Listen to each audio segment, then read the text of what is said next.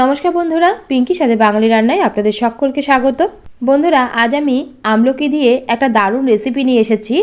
আমলকি খাওয়া আমাদের শরীরের পক্ষে ভীষণ উপকারী, আর আমলকির মধ্যে প্রচুর পরিমাণে গুণাগুণ রয়েছে। এই আমলকি এখন খুবই সস্তা বাজারে, তো তার জন্য আপনারা এই সময় আমলকি কিনে যদি 1 বছরের জন্য স্টোর করে রাখতে পারেন, যাদের পেটের সমস্যা, ধরুন গ্যাস, অম্বল বা পেটের বিভিন্ন রকম সমস্যা রয়েছে, তারা কিন্তু আমলকি যদি প্রত্যেক দিন খান তাহলে তাদের সমস্যাগুলো কিন্তু খুব সহজেই চলে যাবে মাত্র কয়েকদিন খেলেই। তো এই আমলকি যেহেতু এখন সস্তা, তার জন্য আপনারা আমলকির আচার তৈরি করে রাখতে পারেন।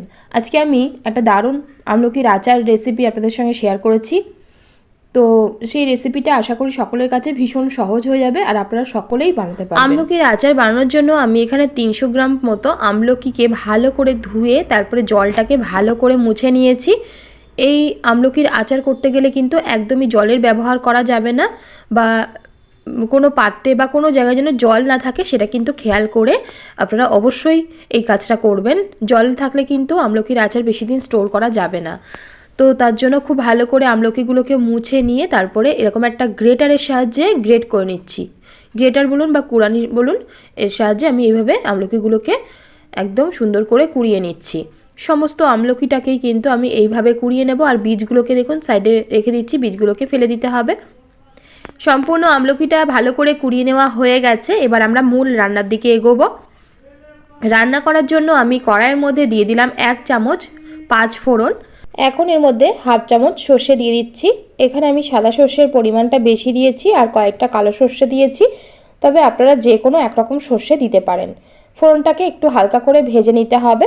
তারপর এর মধ্যে দিয়ে দিচ্ছি হাফ চা চামচ জিরের গুঁড়ো, হাফ চা চামচ ধনের গুঁড়ো আর হাফ চা চামচ ঝাল লঙ্কার গুঁড়ো।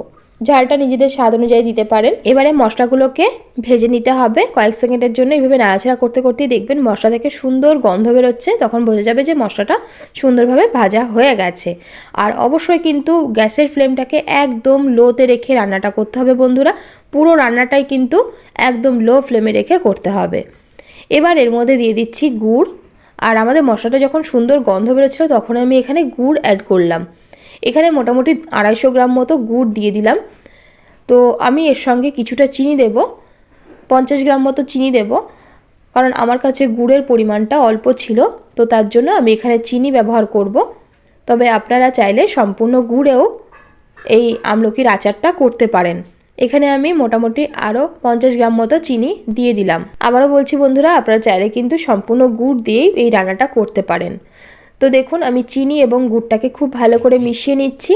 চিনি এবং গুড় ভালো করে মিশাতে মিশাতে দেখবেন একদম ভালোভাবে মিশে যাবে। এই দেখুন খুব ভালোভাবে মিশে গেছে চিনি এবং গুড়।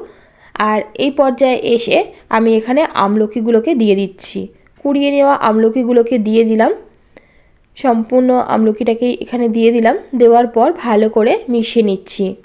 খুব ভালো করে আমলকির সঙ্গে গুড় এবং চিনিটাকে মেশাতে হবে। বন্ধুরা, আমার রেসিপি যদি আপনাদের ভালো লেগে থাকে, আপনাদের কাছে অনুরোধ করব প্লিজ একটা লাইক করবেন এবং আপনারা আপনাদের ফ্রেন্ডস ফ্যামিলির সঙ্গে শেয়ার করবেন, তাহলে আপনাদের পাশাপাশি আরও অনেকে আমার রেসিপি দেখতে পারবে। এবং আপনি যদি নতুন বন্ধু হয়ে থাকেন, আমার চ্যানেলটিকে সাবস্ক্রাইব না করা থাকলে প্লিজ চ্যানেলটিকে সাবস্ক্রাইব করে নেবেন এবং বেল আইকনটাকেও প্রেস করে দেবেন।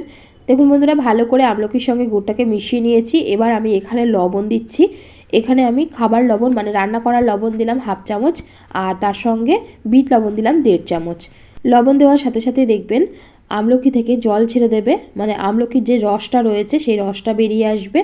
আর এই রসেই কিন্তু আমলকিটা সম্পূর্ণ সেদ্ধ হবে, আলাদা করে জল মেশানোর কোনো দরকার নেই। বন্ধুরা, এখন আমলকি সিজন চলছে, তাই বাজারে খুব কম দামেই আমলকি পাওয়া যাচ্ছে। কেজি কেজি আমলকি খুব কম দামে পাওয়া যাচ্ছে। আর আমলকি খাওয়া আমাদের স্বাস্থ্যের পক্ষে ভীষণই ভালো। তো অবশ্যই আমলকি আপনারা সবাই খাবেন। আর কাঁচা আমলকি যারা খেতে পারেন না, তারা এইভাবে আচার বানিয়ে খেতে পারেন। আর এটাকে কিভাবে রাখতে হবে সারা বছর সেটাও আমি বলে দেবো, রান্নাটা দেখতে থাকুন। দেখুন প্রায় 7 থেকে 8 মিনিট পর আপনাদেরকে দেখাচ্ছি। আমলকির যে জলটা ছিল, জলটা বেরিয়ে গেছিলো, সেটা কিন্তু সম্পূর্ণ শুকিয়ে গেছে আর আমলকিগুলো সেদ্ধও হয়ে গেছে। আমলকির আচারটা আমাদের সম্পূর্ণ রেডি। এবার আমি এটাকে তুলে নেব। তো আমি এখন একটা অন্য পাত্রে তুলছি, কারণ আমলকির আচারটা এখন সম্পূর্ণ গরম। ঠান্ডা হয়ে যাওয়ার পর আমি একটা কাচের বয়ানে তুলে রাখবো। আর এটাকে রোদে দিতে হবে কিভাবে সেটাও বলছি। আপনারা যে কাচের বয়ানে রাখবেন সেই কাচের বয়ানেই আপনারা ঢাকনাটা খুলে ঢাকনাটার জায়গায় একটা পাতলা কাপড় লাগিয়ে তারপর আপনারা রোদে 2 থেকে 3 ঘন্টা রেখে দেবেন। দেখবেন এইভাবে রেখে দিলে কিন্তু সারা বছর আপনারা আচারটাকে সংরক্ষণ করতে পারবেন। তৈরি হয়ে গেছে আমাদের আমলকির আচার। আমি একটা অন্য পাত্রের মধ্যে রেখে দিয়েছি, ঠান্ডা হয়ে গেলে কাচের বয়ামে রেখে দেব। আর এইভাবে আপনারাও বাড়িতে বানাবেন। আর আমার রেসিপি ভালো লাগলে প্লিজ লাইক, শেয়ার এবং সাবস্ক্রাইব করে নেবেন। আজকে এই পর্যন্ত, আবার নতুন একটা ভিডিও নিয়ে হাজির হয়ে যাব। সকলে ভালো থাকবেন, সুস্থ থাকবেন। ধন্যবাদ।